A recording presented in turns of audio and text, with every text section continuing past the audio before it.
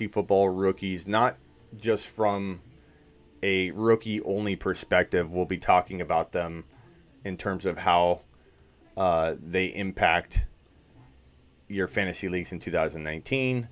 From a redraft perspective, how they impact your 2019 dynasty leagues if you're using these rookies right away. So we're going to kind of go through all of the rookies that I have up on the screen. They're not necessarily in an exact order. On the left-hand side, I kind of have them in the order of my top 5 overall. And then on the right-hand side, what's going on, Danny? I have other names we're going to talk about and toss out. I think Hollywood Brown needs to be added. So let me add in Hollywood Brown. So Marquise Brown, I'll add him in there. DK Metcalf is probably a guy that we want to talk about as well. What's going on, Francisco? What's going on, Outsiders? So I think rookies are a good topic right now. I think you guys can agree. What's up? Deebo, Myles Sanders. Let me make sure I have everybody on screen. Kyler Murray, DK, and then the rookies, tight ends are probably a topic. So we'll go Kyler Murray. Kyler Murray, we'll throw him up. So these are kind of my top rookies. Almost in the order I'd have them. Throw in Fant, throw in Hawkinson. I think those guys deserve a look as well. Let me move the graphic and everything down so we can fit more in there. Hit the thumbs up on the way in, please. You just set up a dynasty league. Great. So let's talk these rookies. Do you mean Josh Jacobs? Did I have Brandon Jacobs? Good God. Yes, I do mean Josh Jacobs. Good catch. It's funny how your mind does that over the years of talking about a player. Just your mind goes there when you're typing it out. Okay. Here we go, Zach. Here we go, guys. My number one rookie in terms of dynasty, so for 2019 but beyond. So if you're drafting in a league where, let's say, you need to have an impact now, you might consider Montgomery ahead of him. You might consider Josh Jacobs. You might consider Darrell Henderson, even if you believe he'll impact things like I do believe he'll impact. But Nikhil Harry has been my number one ranked rookie all offseason long. In January, I went out and I made a video saying, hey, Nikhil Harry will be a top 1 to 4 fantasy wide receiver in all of fantasy within 1 to 2 years. That means that at the end of his rookie year, we will start and begin to see that. And by the end of his second year, so entering his third year, he will be in place as a top 1 to 4 overall fantasy football wide receiver across the board. That means he'll be up there with the likes of Devontae Adams. He'll be up there in 1 to 4, meaning he could be the top guy. I don't like DK Metcalf as much as everybody else. I put him on the list because he deserves to be talked about, and he deserves to be ranked right around the end of where I have these guys. So let me add Metcalf. And I think that the rookies need to be talked about as well. So I couldn't fit them all on screen, but Fan and Hawkinson would be right around the Kyler Murray range. So they're kind of in order of how I like them. I might have 1 or 2 out of place. If I'm even missing somebody, that's potentially possible because I started tossing guys on screen, not necessarily in order at first. So if you see somebody you want to talk about, we can definitely talk about him. But Harry, to me, has all of the tools that a Calvin Johnson had, that a Terrell Owens had, kind of a morph between all of those guys. And Harry, to me, will be freaking elite. I think he will be the kind of guy that in his third year is drafted in the top 5, top 7 overall. That's how good I think Nikhil Harry's going to be. Now, will Tom Brady be there for more than 1 to 2 years? We don't know the answer to that. I think he definitely plays, obviously, this year. And probably 1 more year. They have a decent backup in Stidham that I think could be better than people think. I think Stidham is, I think, a little bit like Tom Brady in that he's very undervalued. I'm not saying he will be Tom Brady, but there's a potential for him to develop into a really good quarterback. And New England's very good at finding these guys. Look what they had in Jimmy Garoppolo. An also very unknown guy, small college coming out, nobody really liked. He was high on my list. I think I got him in top 2 or 3. And so I'm going to try and answer some of these questions as I go, but I'm going to try and keep on topic here and then circle back. So, Benny, keep that question handy. Maybe repost it in just a minute. So, Harry, to me, is by far I think, like, you can't miss player from this draft class. David Montgomery, I think, is right up there. Darrell Henderson, to me, there are some obstacles that I think he will overcome, and those obstacles are not as big as people think they are. But Harry's like walking right into an elite situation, and I think Harry's going to be an absolute beast, and I can't wait to own him in every league I can and draft him in every dynasty league I can. I've drafted a lot of my drafts already that are rookie only, so I've gotten him in a couple spots, but I'm looking to trade for him in existing leagues. I cannot wait to have this guy thrive under my watch because I've been on it from the beginning, top 1 to 4, and I even made a sign up here, Nikhil Harry, be bold, picture of him, and it's been up on my wall all year since February. It got delivered in February, I think. I did a video on it getting delivered. Whiteside I like, but I think he doesn't crack this list, but he's definitely in the conversation. Ball's life. Heard he already has red zone chemistry with Wentz. Yeah, so Whiteside's a decent guy to talk about right near the end of, or actually over here, the end of this list here. Montgomery, to me, I think can be a top 5 to 10 running back in this league. He was my number 1 ranked. He and Devin Singletary have kind of rotated between being my number 1 ranked running back all offseason. Darrell Henderson was right up there in that 2 to 3 spot, depending on where he landed. Now, Darrell Henderson didn't necessarily have a lot of like, hey, scouting backing. You know, people weren't saying this guy is going to land in an ideal spot. So that made Henderson a little tough to predict heading into the draft. But once Henderson landed in that Rams roster and on that Rams roster, and he's in a situation where he's backing up a guy that I don't think is going to stay healthy for the life of him in Todd Gurley, I really think Darrell Henderson's probably in the sneakiest, best situation out of all these running backs in this entire 2019 NFL draft class. He has the best future situation, and I believe soon enough Henderson will be in the best now situation. But Montgomery, going back to him before we get to Henderson, Montgomery is a tackle-breaking machine. I think Montgomery is going to have top 5 to 10 running back upside within, by the end of the year, he'll get to that value. And I think as a rookie, he'll be an 8 to 12, 8 to 13 overall guy, or at least running back, and potential top 15 overall player. And yeah, Cohen's there. Tariq Cohen's going to get some receptions for sure and command a lot of that PPR action. Understand that. And I think in time, Montgomery will grab more and more and more of that reception duty. So don't think that Montgomery can eventually get to the same level as Tariq Cohen in terms of being involved heavily in that passing attack. But Cohen will have a role in 2019, no doubt. And I think that Darrell Henderson, for me, is the number 2 ranked running back in this entire draft class. If I'm drafting number 3 or number 4, I'm not afraid to reach for Darrell Henderson at number 3 overall in a rookie-only draft. I'm not afraid to do it at all. And I don't care what anybody says. Would I trade down if I could? Yeah, I might trade to 4 or 5 if I can get a significant bump. But if it's not significant, I'm not taking the risk of losing the guy I think is going to be the number 1 breakout, league-winning, low-cost player in the entire league in 2019 fantasy football. So, for me, I like Montgomery. If you need the now, go with Montgomery. Don't worry, Charles. I've got, as you see right here, Damien Harris high on my rookie list, and we'll be talking about him shortly. Harris is going to be a guy that helps people win down the stretch. We'll get to that in a second. But Montgomery could be a 1,100-yard rusher as a rookie, 6 to 7 TDs on the ground, decent PPR stat line for a rookie, but Cohen's going to command a lot of that. Look for him to be a really good running back too in his rookie year. Darrell Henderson might start 1 game. He might start 4 games. He might start 16. We don't know. My prediction has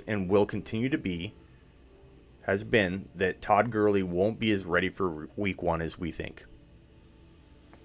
What's up, Corey? We're going to talk about Damien Harris, guys, in a second. As you see, he's high on my list. Damien Harris has been a guy I've been talking about for quite some time. Talked about him in the last live. Don't worry, you'll get your Damien Harris dosage in just a moment. Ball is life. Henderson over Myles Sanders this year for sure. Henderson's my number 3 overall. I would take Henderson number 2, or I probably couldn't over Harry, or I would rotate it, split it if I had the number 1 overall pick and I had to take Henderson that high. Like, let's say Gurley was ruled out or something at this point, then Henderson's going to be in the top 2 for sure. If you don't believe that, then just wait.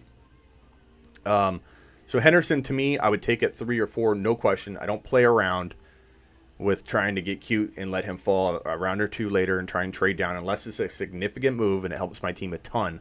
I just reach for him if I've got to a little bit. And at 3, Henderson's a little bit of a reach, but I do it. And I've done it, and I'm damn proud and happy to do it. So Jacobs at 4, I mean, he's in a good situation. He's a big back. He has the frame, but he doesn't have the resume and track record that people are pretending he has to be warranted in the top 1 to 2 overall rookies. He just hasn't. He doesn't have the resume. Damien Harris, his counterpart, has a bigger and longer resume and more proven track record than Jacobs has. So for me, I'd rather take Damien Harris in a double-digit situation in a rookie-only draft, or take him in an extreme double-digit area in a yearly league draft, than take Jacobs so high. Now, you can get both. These guys aren't on the same team. They were in college. So you can get both. I'm not saying you can't.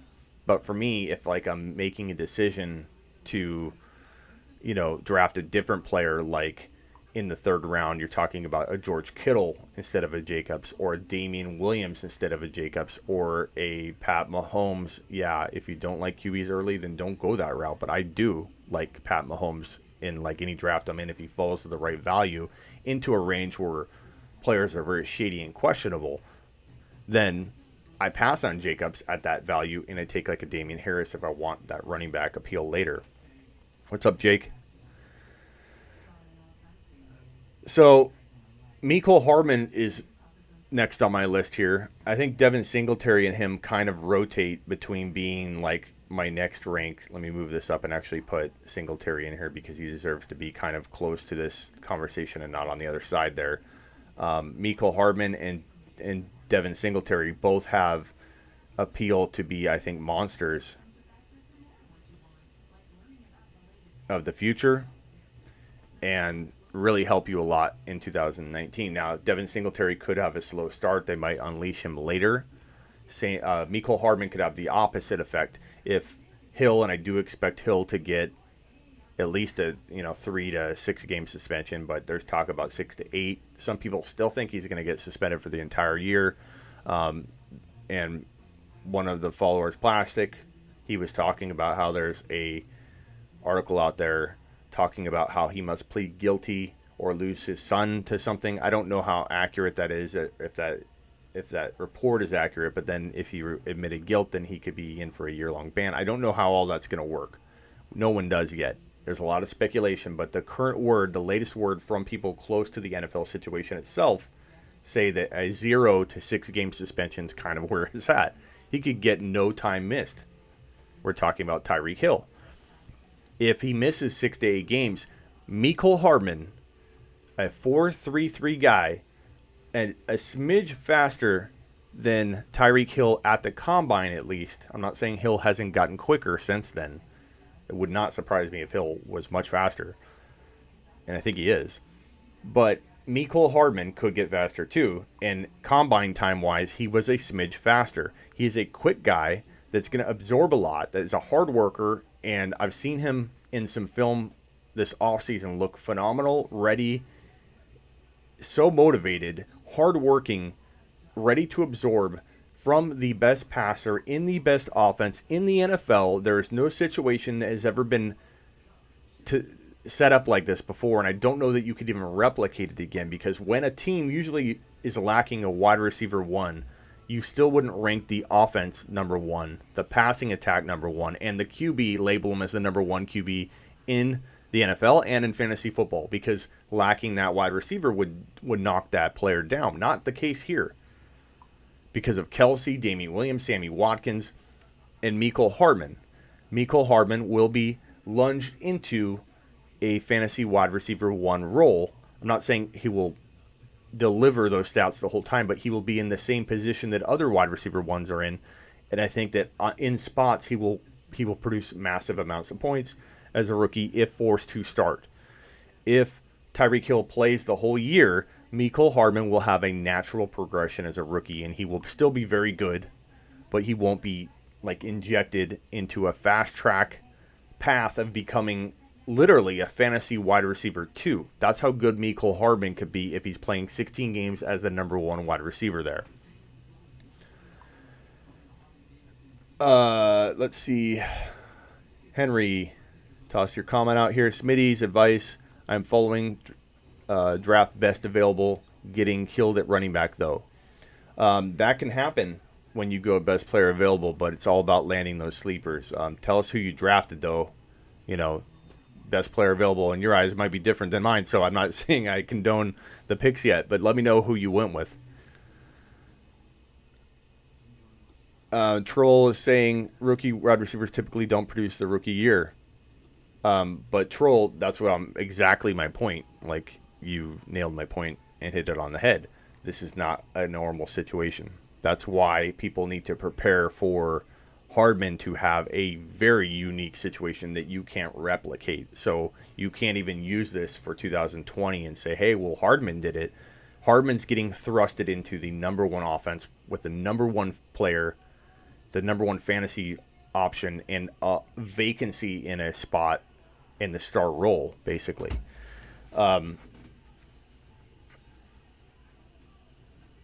The art of the trade.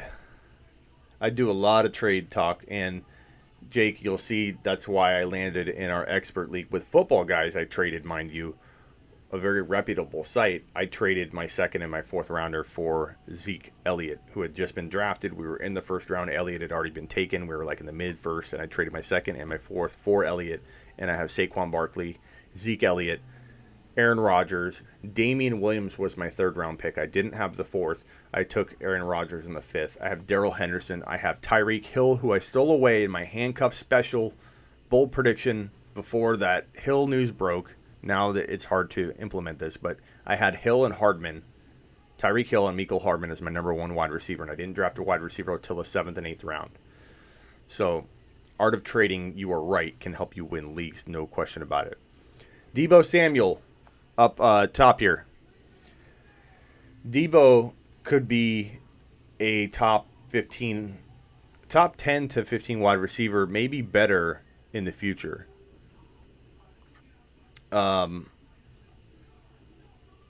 Henry said, this is how hooked I am on the Smitty Show. I'm in the middle of a draft worth $250,000 for first place and watching the show at the same time. Attaboy. Get Darrell Henderson.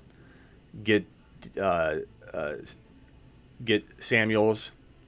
Jalen Samuels. Get Henderson. Don't sleep on Baker if you don't have a QB yet.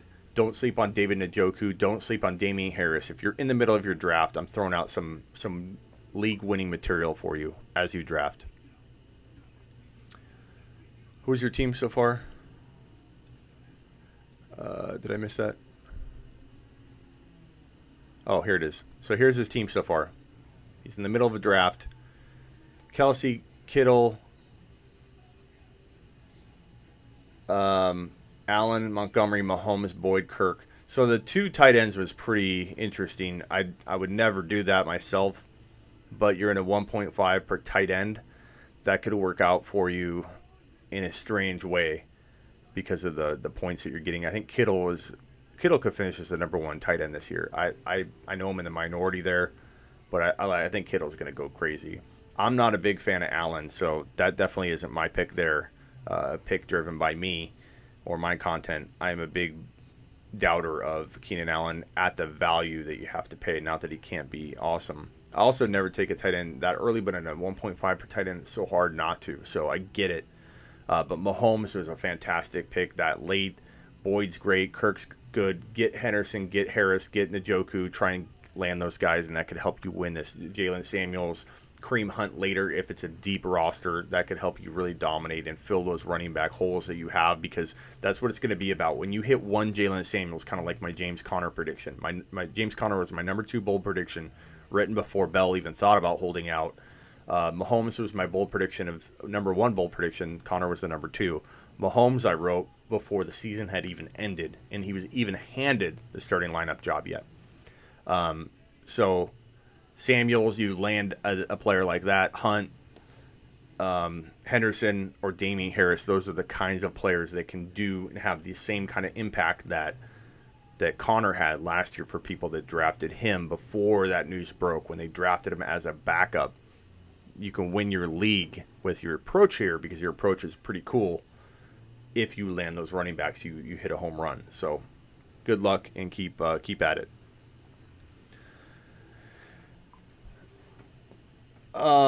Yeah, Hunter, I don't know if, hopefully Hunter can stay healthy. We drafted him in the throwing league, the followers versus followers league, and I wanted Njoku, but Deebo is going to have a big, exciting rookie year. He could vie for rookie of the year honors for sure, or at least get in the nomination or in the consideration for it. Damien Harris, to me, right here next on the list.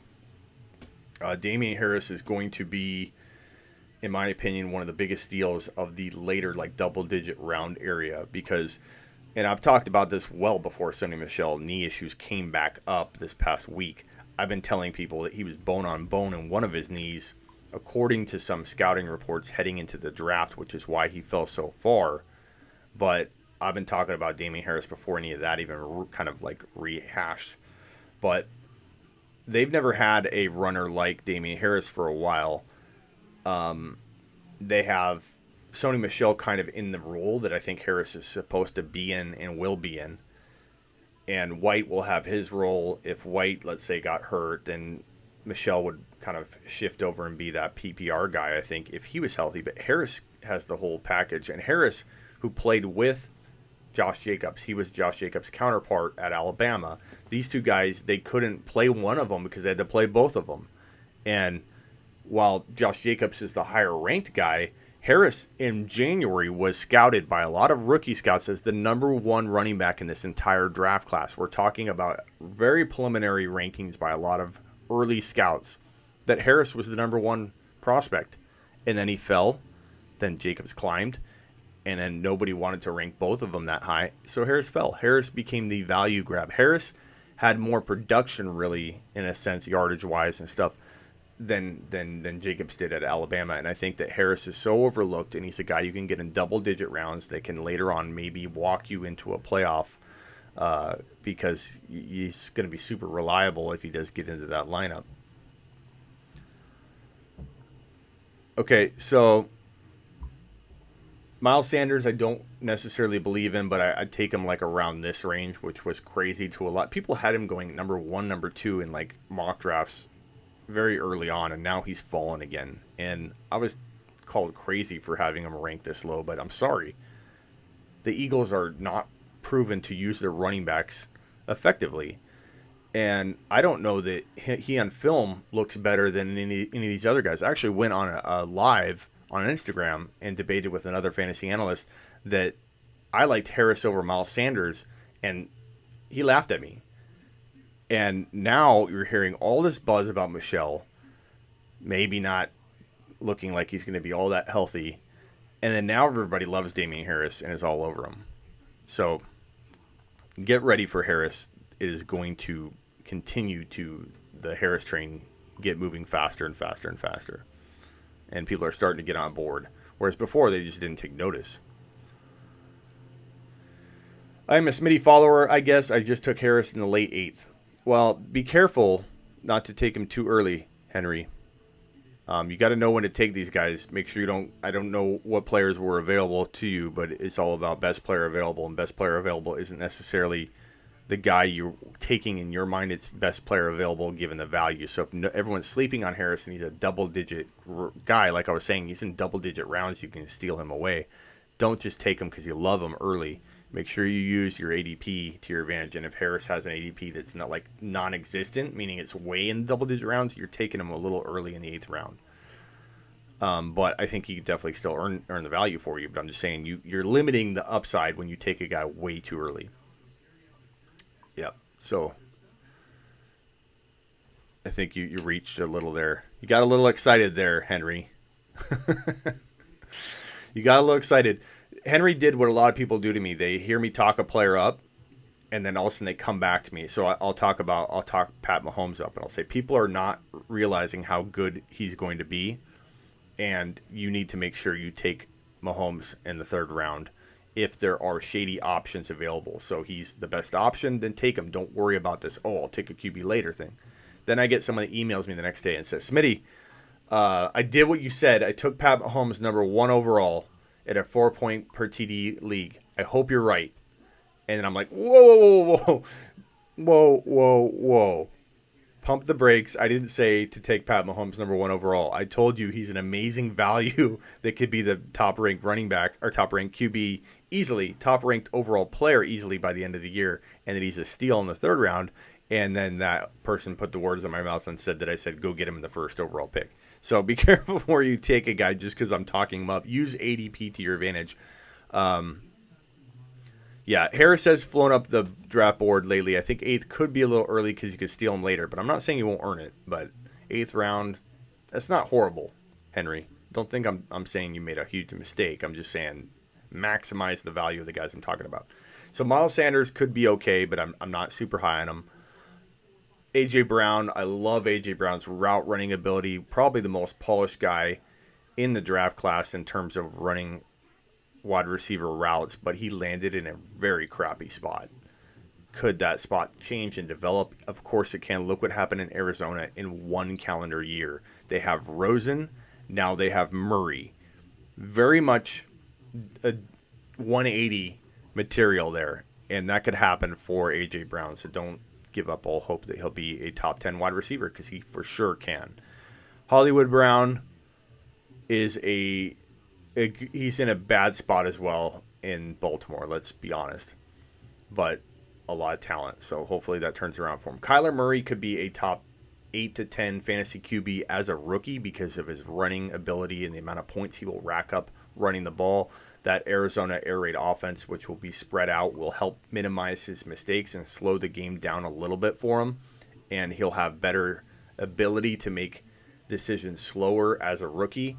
And his ability to run will also help him like truly dominate as a rookie. I think Kyler Murray in that Cardinal offense is going to be freaking amazing to watch and fun right out of the gate. What's new with Hardman? We talked about that a little bit. I think Hardman is likely to play, 2 to 6 games as the starter in the beginning of the year, which he'll have him maturing very fast. And I think he'll be very, very good for a rookie. Way better than the average rookie season because he'll be forced to mature fast. If Hill doesn't get suspended, then Hardman will have a typical, evolving rookie year at a normal, maybe a little bit elevated and sped up pace. But I think it all depends on the suspension news. If Hill gets suspended a lot, then you're looking at a breakout in Hardman. You love Paris Campbell. I think Paris Campbell could be pretty good. I think he deserves a look in the AJ to DK Metcalf range here. And then let me see here. Any other players we're talking about? Fant, Hawkinson, Campbell we just talked about. Darwin Thompson, Benny Snell, Bryce Love, all guys worth talking about at this point. Alexander Madison, Justice Hill, Whiteside, Hakeem Butler, Isabella with Arizona, and Haskins could be, something special at QB. So a lot of good rookies to talk about. The guys that can make an impact in year one if you're looking for those players, if you're in a 2019 only league, so a redraft league or a yearly league, if you will. You're talking about Montgomery. You're talking about Henderson eventually, maybe earlier than we think, or than most people think. I think he'll be effective early, and I think he'll be flex worthy very fast, even if Gurley is playing. Jacobs will obviously get a chance to thrive, but he had 650 carries, Josh Jacobs, at Alabama as his biggest rushing year. 650 yards. That's not a lot of work. And I think that could equal him hitting a rookie wall pretty quickly. Hardman impact a lot fast. Devin Singletary will either be unleashed early or late. I don't think there'll be much in between. I think that by midseason we'll know if Singletary is the real deal, and I think he very much is. I think he's like an Alvin Kamara type player, makes people miss stops on a dime like no other player probably already in the league. He's got that good of a start-stop game. There's some talk about him not having the best breakaway speed, and his 40 time definitely showed that. But his start-stop game makes him so dangerous if he can master that and know how to use that and not lose yardage and really craft his game. But man, tackle breaking machine and amazing cutting ability. I think Devin Singletary at the right time, if they use him at the right spot and he's learned enough, I think he's gonna have a really good second half of the year during his rookie season. And then Damien Harris. So those guys I think are very, very much like impact now material guys. Like Henderson and Harris might have a slower unleashing party. And Harry as well, I think, will be an impact right away. Harry, to me, could be a wide receiver 3 in fantasy his rookie year. And Hardman will either be an amazing wide receiver 2 if Hill is out all year, or he will be a very good wide receiver 3 by the end of the year, I think, as he matures. So Hardman very, very dependent on what happens with Hill. Nikhil Harry is the clear number 1 rookie wide receiver. Are you right, Sand? Absolutely. Look at my list here. I got Hardman there, but Hardman's very, dependent on Tyreek Hill. So Harry's my number 1 overall rookie. So Sand, of course, he's my number 1 rookie wide receiver if he's the number 1 overall rookie. But Henderson's going to give him a run for his money. Once Henderson is starting, it's literally this, guys. These two guys together, and then everybody else. Once Henderson is in that lineup, and I think eventually he will be. And we could debate that all day long because people seem to love believing in Gurley still. Brady is fostering Josh Gordon. I don't know what that means. Well, I think we've seen this enough time and time again to really believe it. I think if you want to draft him later, then I think, Josh Gordon's not a bad, end of the draft grab. But I'm not going to have my faith. I'm not going to place my faith in Josh Gordon delivering. You agree about Nikhil Harry being the number 1 rookie wide receiver. I think that it's pretty clear cut to me. Hardman is just going to give him a run for his money if he's forced to start 16 games as the number 1.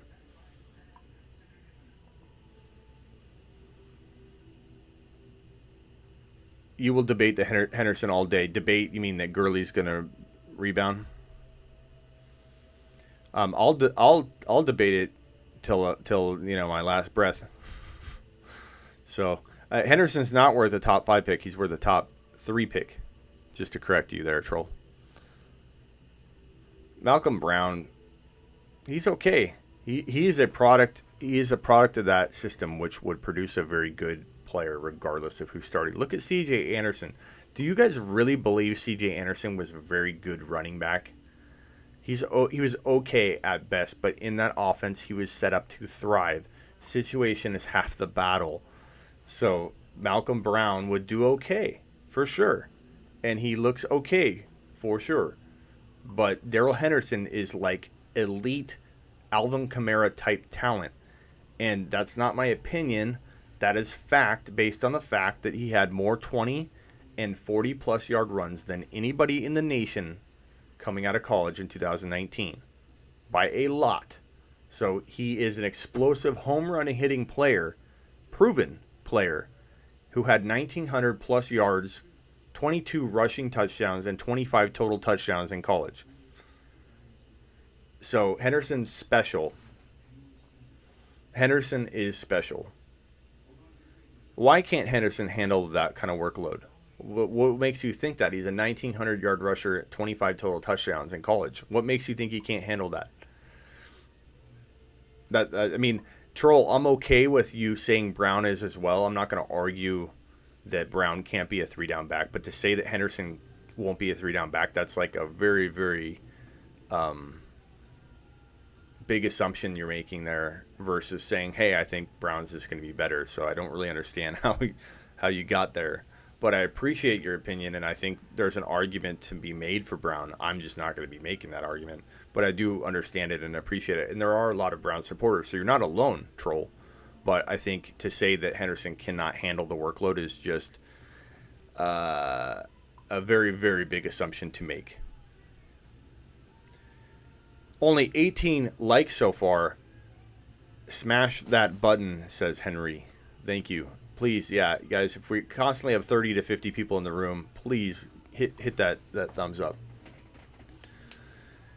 Henderson is built like Devonta Freeman. Well, I mean, he's built a lot like Alvin Kamara, which is a lot of the comparisons that you'll hear between Henderson and Alvin Kamara. You'll hear a lot of comparisons. But if you look at the build and the frame and the style, Henderson's very compact like Kamara, very between the tackles ready, whereas a Freeman's a little thinner looking and his frame is different. Look at Henderson. He's a pretty thick dude given his size stats. So, and the same thing can be said about DK Metcalf and Nikhil Harry while we're on the topic. They're pretty much close to the same size. They're also very close to the same strength, but you hear people talk about DK Metcalf not having the frame to hold up hitting the ground over and over and over at his size. But yet Nikhil Harry and him are very, very close in size, and they put up the same amount of reps on the bench. They're the same. They're really close to the same, but they're built completely different. So you can use like size like on paper and say that he's built like Freeman, but if you look at Henderson, he's very much built like Kamara. And if you watch his game tape, he barely gets touched on a lot of his touchdown runs. So what does it matter anyways when you're the biggest home run hitting running back in the entire nation? Not just 20-yard runs, not just 40-yard runs, but both.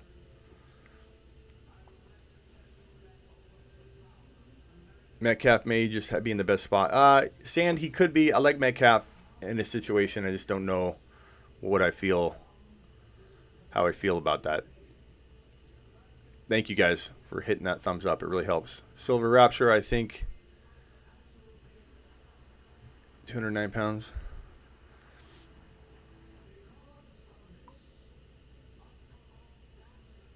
Keith says his son plays for Memphis. Pretty cool. What's his feeling on Henderson? Be interested to know.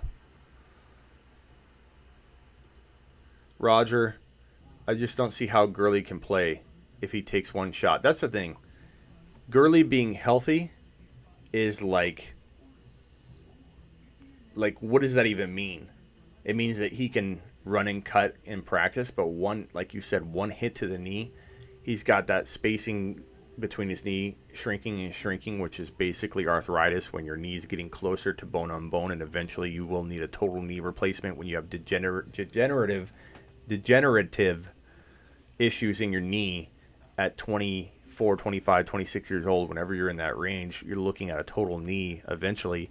Now, it will be slower it'll take time to get there, but the point is he can no longer carry 300-pound linemen on his back and get hit over and over like he normally is used to and keep the knee healthy. So it's funny when people say he's healthy or he's going to be healthy. He'll never be healthy. He'll never rebound, and it's going to take one hit.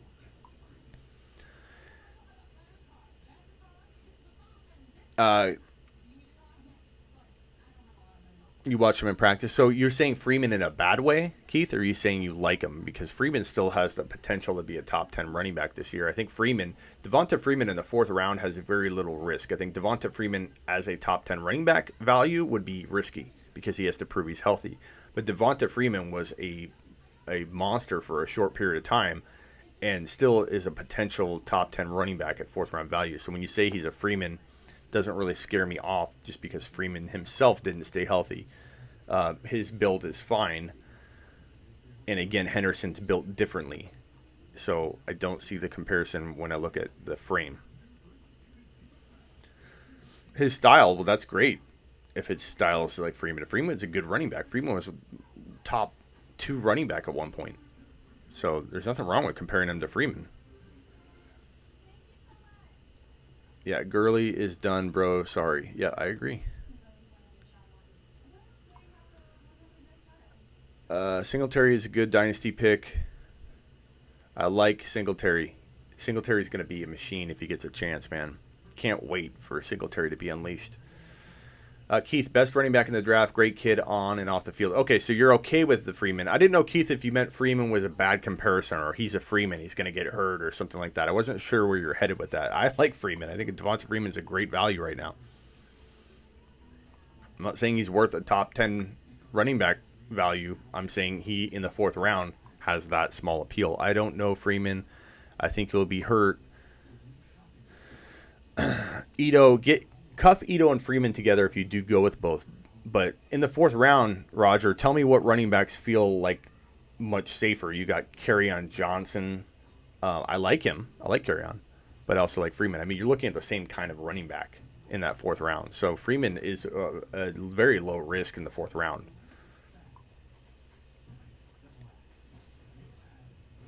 And Troll, that's actually a very good point, though, to say that Henderson has Maurice Jones-Drew build. I'm not saying I actually feel like he's built differently than Jones-Drew. He's, again, to me, I see a Kamara type frame. Regardless of the numbers, regardless if the pounds are off a little bit or an inch different, whatever. I don't care about that. I'm saying frame-wise, on the field, when he takes a hit, how he maneuvers, how he looks, how his frame looks on the field. He reminds me of Alvin Kamara, and I'm fine with that myself. If people are not okay with that, if they look at numbers only and they see something on paper, they say that's the size of that looks like Devonta Freeman to me, that's fine. I'm not going to argue with people on that.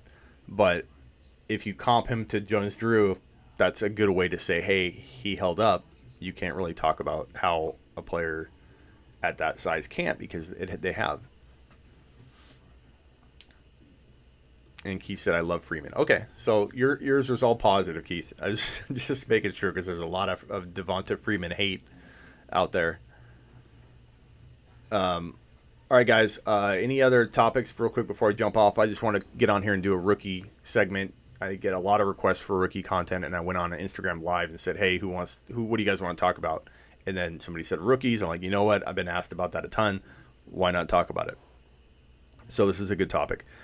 Benny is asking Tyreek Hill or I think you mean Allison.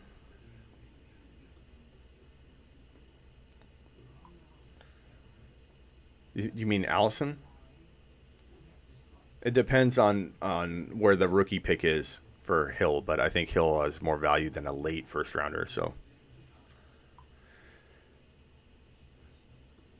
what topics you want before I'm going to jump here in a second, but what topics, Sam, do you want to talk about? Toss something out, and then I'll hit it before I jump off. Hit that thumbs up on the way out and way in, please. 23 thumbs up with like literally 30 to 50 people in the room constantly. Come on. That helps the channel, guys. Please. Rookie of the Year candidate, I would say Nikhil Harry, Darrell Henderson, David Montgomery, and between Hardman and Deebo, to get that in the mix there. But I think Nikhil Harry is going to probably be the Rookie of the Year. Darrell Henderson, if he's starting early, will get it, but we'll see what's going on. What's up, King? What is good?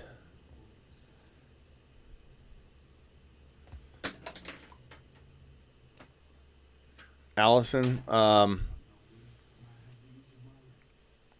think Allison, to me, is looking like the better option at this point. I know a lot of people do like MVS. I'm okay with either, but I think Allison will probably get a chance to, I think, be the number 2 in Green Bay. Whoever the number 2 is going to have a good opportunity in Green Bay to score some points. So keep an eye on that role and realize that could be a sneaky wide receiver 3 option for you. You could even grab both guys and say, hey, I'm going to, fill my wide receiver 3 this way and draft very late. I better get more than a golden necklace if Henderson gets Rookie of the Year. If Henderson ends up being close to what I predict him to be, I better get more than that because I've been taking some shit for this call. I've been getting a lot of crap.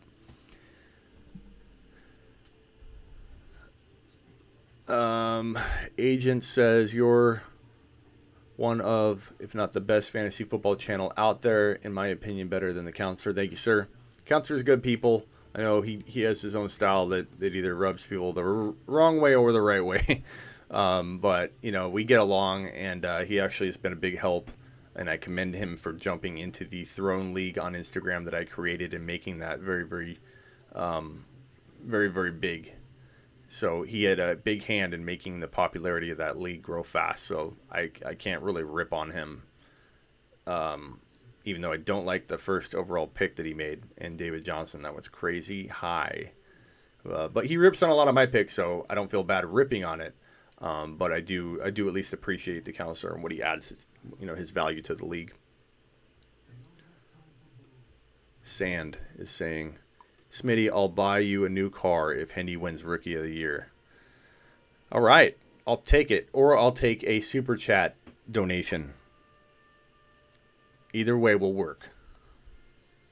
But a new car sounds quite nice. Thank you, Sand.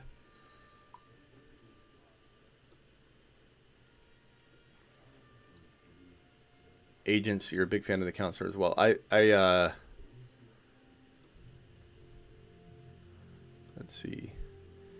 Respect to Counselor for sure, but like your direction more. Thank you, sir. I have to say, guys, of all the players on screen here, Harry, I'm pointing in the wrong direction. Harry, to me, has, dynasty-wise, win dynasty material. Like, he can basically walk you into the future of being completely dominant. David Montgomery is going to be like that Marshawn Lynch of old, where he's going to be a top 6 to 12 overall player. Or if you want to throw out another name, I guess I could say, even though he's a different position, but like a Mike Evans value every year in and year out. You take him number 8, you could take him number 14. That's the kind of value I think David Montgomery has. Darrell Henderson is going to be boom or bust, and I'm on the boom side. But there is bust potential given how much I'm hyping him, given how much he is being hyped in general, and given that some people like Malcolm Brown. So I get it. There's a risk there for sure. But he's the kind of guy that can not only get to Harry's level, but he can win you a league in 2019, but he could also bust. Harry feels very safe. And then Jacobs has some mix of disappointment, but maybe becoming a top of the second round type value. Hardman, the risk is very low, so I don't know that he's all that risky at all. You can get him super low. He can deliver. He cannot deliver. Devin Singletary, take it or leave it. You're not going to hurt yourself by taking him, but you can dominate if Devin Singletary lands. So there's a lot of mix of different values here and different risk. Singletary, not much risk at all. Damien Harris, not much risk at all, but their upsides are massive. They'll walk you into your playoffs, massive types of upside. So out of all the players in this list, Damien Harris and Devin Singletary are your two guys that can walk you into the playoffs, or if they don't land, you missed nothing. You didn't hurt yourself because they cost you very little. Jacobs, you could kill your season in the third round if he doesn't deliver. Henderson's not going to cost you all that much. You might have to reach for him in the 6th round or 7th round. I like Madison. So if you miss on Henderson, are you going to lose your league? You better not have taken him that high to where you're losing your league, because you don't have to take him that high. But you can miss on Henderson and be fine. Montgomery, if you miss on him, you could potentially lose your season. In redraft, if you miss on Harry, you're not going to. In Dynasty, if you miss on Harry, it can hurt. But I don't think you're going to miss on Harry. Harry feels like the real freaking deal. But that's kind of my twist on redraft versus Dynasty on this, is that Harris and Devin Singletary in both formats cost you almost nothing in comparison to their upside. Those are the big steals. Those are the takeaways from this talk, is that Harris and Singletary can win you a league or win you a season or walk you into the playoffs when you're hurting and cost you nothing, and you lose nothing if you're wrong. So let's move these two out and focus and let the kind of finish on that note, that these two guys are the guys that walk you into the playoffs And if you're wrong, cost you nothing. Harry's going to dominate. My two favorite players.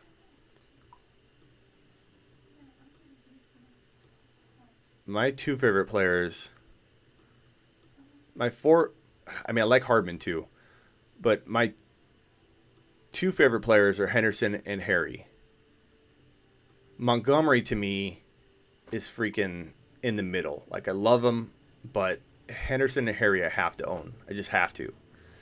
And then these guys, you can get them so freaking late. I'm going to own them too. But this right here is my core. This is where I'm talking Hardman as well. Let's throw Hardman in there. This is my core rookie group. I'm going to move these guys aside. Actually, I'm going to close them all out. I like Deebo, but I'm going to move him out. This is my core. Have to have. These guys are freaking amazing. And I want them to. These two guys right here, Harris and Singletary, you don't have to pay anything for, and they can win you a league. So these are my favorite groups of rookies.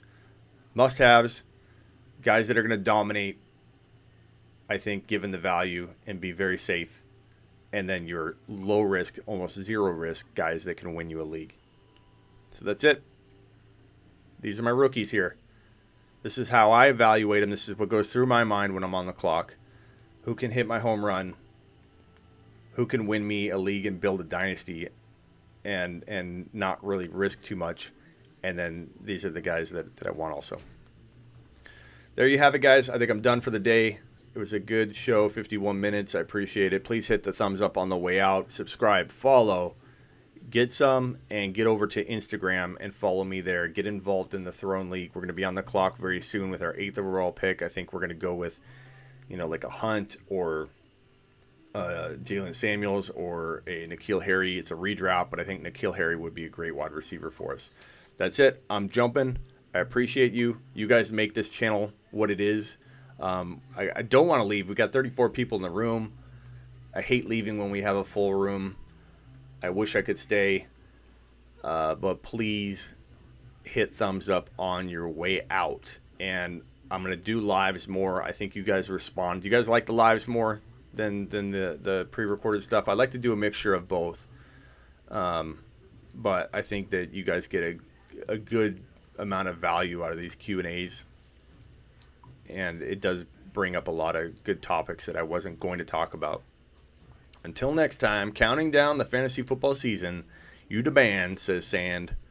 Francisco says, thanks, Smitty. I'll drag your comments. You guys deserve to get shout-outs here. I got Hardman. I'm excited. Great to see you, Smitty. Team Smitty says agents.